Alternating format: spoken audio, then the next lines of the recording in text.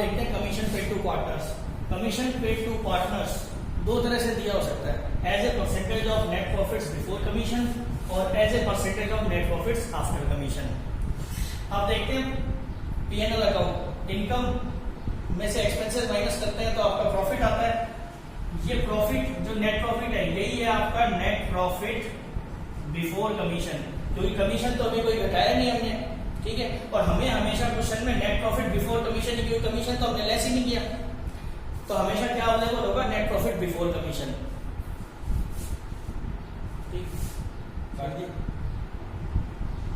तो अगर net commission आपको नेट प्रॉफिट बिफोर कमीशन का दिया हुआ परसेंटेज, तो उस केस में क्या बनेगा formula, commission net profit before commission into rate upon 100, directly apply कर देंगे इसके अंदर।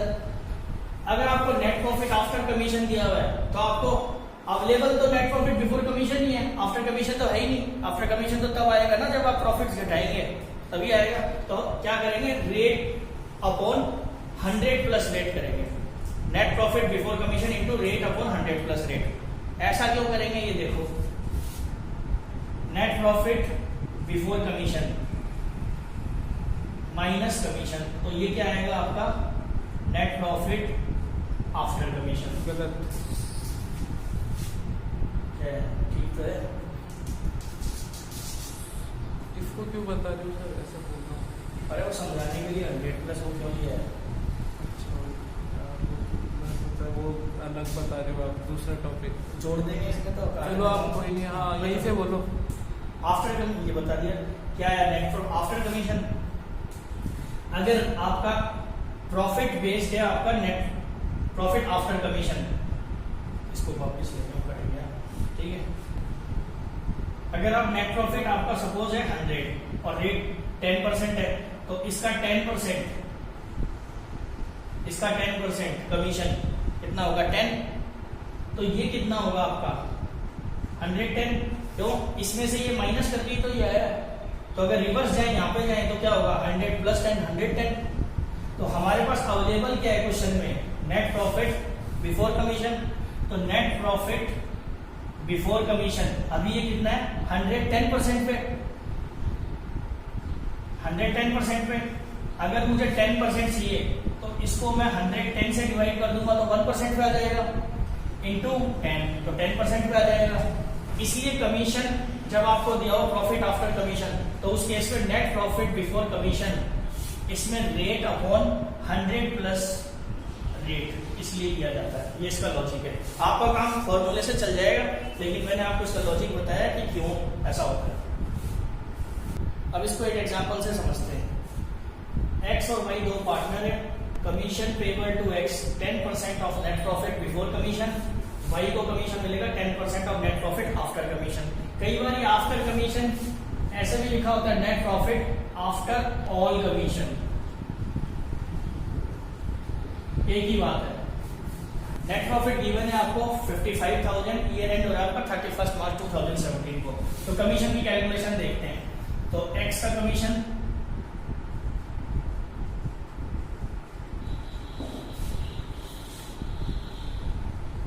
Net profit before commission into rate upon 100, आपका प्रॉफिट है 55,000 इंटू 10%, 5500 डायरेक्टली आ जाएगा। अब देखते हैं वाई कमीशन। वाई का कमीशन किस पे, 10% of net profit after all commission, after all commission दिया हुआ है। और हमारे पास अवेलेबल क्या है, ये क्या है आपका नेट प्रॉफिट बिफोर कमीशन। तो कैसे निकालेंगे, net profit before commission minus x commission. X का कमीशन तो हमने कैलकुलेट कर लिया 5500। तो ये क्या बन गया आपका नेट प्रॉफिट बिफोर कमीशन, और इसका रेट किस पे, आफ्टर कमीशन, तो into rate upon 100 plus rate. इसको सॉल्व कर लेते हैं। 55,000 माइनस 5500 इंटू 10 अपॉन 110, तो ये आ गया आपका 49,500 इंटू 10 अपॉन 110। और इसको सॉल्व करें तो आएगा आपका 4500। इसको वेरीफाई भी कर लेते हैं ये सही है कि नहीं है। तो आपको net profit before commission given है 55,000, इसमें से x का कमीशन हमने घटा दिया 5,500, तो कितना है आपका 49,500, और y का कमीशन कितना है हमने कैलकुलेट किया 4,500, तो ये टोटल कितना आ रहा है आपका 45,000। तो देख लो ये y का कमीशन, ये क्या आ गया आपका net profit after all commission, तो इसका 10% है कि नहीं है, तो प्रूव भी हो गया, आपको चेक भी हो गया। इसी से रिलेटेड एक और एग्जांपल देख लेते हैं। x y z 3 पार्टनर है, x को कमीशन मिलेगा net profit before commission 10%, y को 8% of net profit after all commission, और z को भी 12% of net profit after all commission. यानी कि y और z इन दोनों का क्या है आफ्टर ऑल कमीशन है। पिछले क्वेश्चन में देखा था हमने x का बिफोर कमीशन और y का एक ही था केस, एक बिफोर था एक आफ्टर था, तो कोई दिक्कत नहीं हुई थी। लेकिन अगर दोनों आफ्टर आ जाए तो फिर कैसे करेंगे क्वेश्चन को, ये देख लेते हैं। ये थोड़ा सा ट्रिकी हो जाएगा, तो थोड़ा सा देख लेते हैं इसको।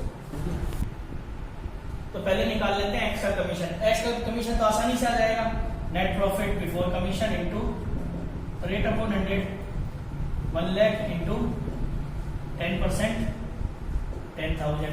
दिक्कत तो इसमें आएगी y में, क्यों? क्योंकि दोनों ही आफ्टर है।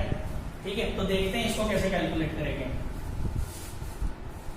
तो y का कितना है 8 और इसका 12, तो पहले निकाल लेते हैं दोनों का combined commission x and y, दोनों का कंबाइंड निकाल लेते हैं।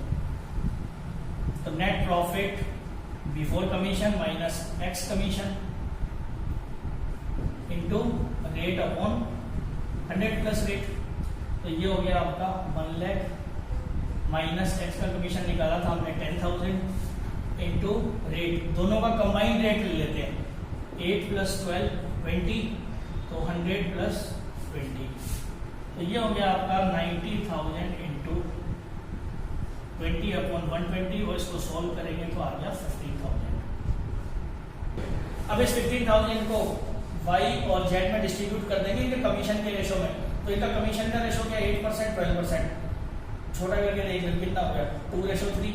तो इस 15,000 को 2:3 में y और z में बांट देंगे, तो y का आ जाएगा 15,000 इंटू 2/5 और z का 15,000 इंटू 3/5, तो ये हो गया आपका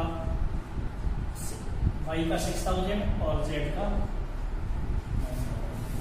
कमीशन से रिलेटेड एक और इंपॉर्टेंट पॉइंट, मैनेजर कमीशन और पार्टनर कमीशन दोनों में डिफरेंस होता है, दोनों अलग होते हैं, सेम नहीं होते। पार्टनर कमीशन पार्टनर को मिलता है, ओनर पार्टनर ओनर होता है तो पीएल एप्रोप्रिएशन अकाउंट में जाता है। लेकिन मैनेजर कमीशन ये क्या होता है आपका, मैनेजर कौन होता है आपका एम्प्लॉय होता है, और एम्प्लॉय आउटसाइडर हो गया, इसको कोई भी पेमेंट होगी तो क्या ट्रीट होगी एक्सपेंस, तो ये सब कहाँ जाएंगे एक्सपेंसेस पीएनएल अकाउंट में। इससे रिलेटेड एक क्वेश्चन कर लेते हैं। ये एग्जांपल दिया हुआ है आपको, स्टार्ट है, ये एग्जांपल दिया है आपको, ए बी पार्टनर्स हैं 3:2 में प्रॉफिट शेयरिंग करते हैं। कैपिटल ए की कितनी है 4 लाख, बी की कितनी है 3 लाख। इंटरेस्ट ऑन कैपिटल दोनों को मिलेगा 5% per annum, 5% per annum. B को सैलरी मिलेगी, ए को नहीं मिलती, बी को सैलरी मिलेगी 30,000 per annum. Net profit given है आपको बिफोर इंटरेस्ट ऑन कैपिटल, यानी इंटरेस्ट ऑन कैपिटल घटाने से पहले, बट आफ्टर बी सैलरी 1,20,000 ये दिया हुआ है। तो नेट प्रॉफिट तो हम एप्रोप्रिएशन में तो बिफोर ही लेते हैं, तो ये आफ्टर सैलरी वाला जो है इसको क्या करेंगे वापस एड बैक कर देंगे बीजी सैलरी को। अब एक स्पेशल पॉइंट जो मैनेजर्स है, एक प्रोविजन बनाना आपको managers commission 5% of net profits, ठीक है। अब ये प्रोविजन किससे बनता है, प्रोविजन एप्रोप्रिएशन नहीं होता, ये तो पीएनएल अकाउंट में बनेगा आपका। प्रोविजन किससे बनता है आपने 11th में पढ़ा होगा, प्रोविजन और रिजर्व्स। रिजर्व्स बनते हैं आपके प्रॉफिट कैलकुलेट होने के बाद, उस प्रॉफिट में से प्रॉफिट का एप्रोप्रिएशन होता है, और प्रोविजंस जो होते हैं वो किसी फ्यूचर लायबिलिटी के अगेंस्ट प्रॉफिट में से बनाए जाते हैं। तो ये प्रोविजन कहाँ बनेगा आपका पीएनएल अकाउंट में, क्यों? क्योंकि ये प्रोविजन क्या है आपका चार्ज एक्सपेंस, क्यों किसको दे रहे हैं हम कमीशन, मैनेजर को कमीशन दे रहे हैं। मैनेजर क्या है आपका एम्प्लॉय, ठीक है। अब क्वेश्चन से related profit and loss account और पीएनएल एप्रोप्रिएशन अकाउंट बना लेते हैं। तो तो सबसे पहले by net profit, net PNL account क्यों स्टार्ट कर रहे हैं पीएनएल अकाउंट, क्यों? मैनेजर को जो कमीशन मिलेगा वो क्या चार्ज है, तो चार्ज ना लगता है पीएनएल अकाउंट के अंदर। तो 5% मैनेजर को जो कमीशन दिया हुआ है मैंने मिटा दिया है, स्पेस चाहिए था इसलिए 5% of net profit, 5% of net profit दिया हुआ है। तो नेट प्रॉफिट क्या होते हैं आपके पीएनएल अकाउंट में? इनकम माइनस एक्सपेंस, ये आता है आपका नेट प्रॉफिट। तो मैनेजर को इस नेट प्रॉफिट का 5% देना है आपको। पर ये नेट प्रॉफिट तो क्वेश्चन में गिवन है, नेट प्रॉफिट आफ्टर 20 सैलरी, तो सैलरी को वापस ऐड करेंगे। तो नेट प्रॉफिट आपको गिवन है 1,20,000, इसमें ऐड कर देते हैं 20 salary 30,000, 1,50,000 to manager's commission, 5% of 1,50,000, 7,500 to PNL appropriation, balance transfer कर देते हैं पीएनएल एप्रोप्रिएशन अकाउंट में 1,42,500।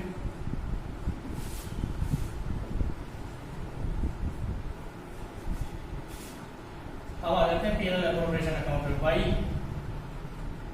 पीएनएल अकाउंट ट्रांसफर कर दिया 1,42,500 to interest on capital A का इंटरेस्ट ऑन कैपिटल कितना आएगा 4 लाख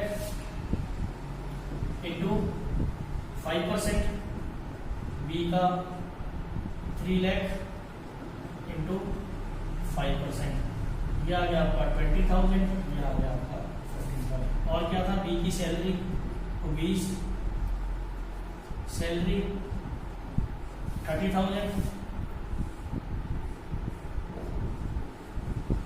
दोनों साइड टोटल। तो इसमें से ये डिडक्ट किए तो ये आ गया आपका अवेलेबल प्रॉफिट 1,42,500 माइनस 65,000, ये आ गए आपके 77,500। तो 77,500 को ए और बी में बांट देंगे to profit transfer to A to B, 77,500 into 3/5, 77,500 into 2/5, ये हो गया आपका 46,500 और ये 31,000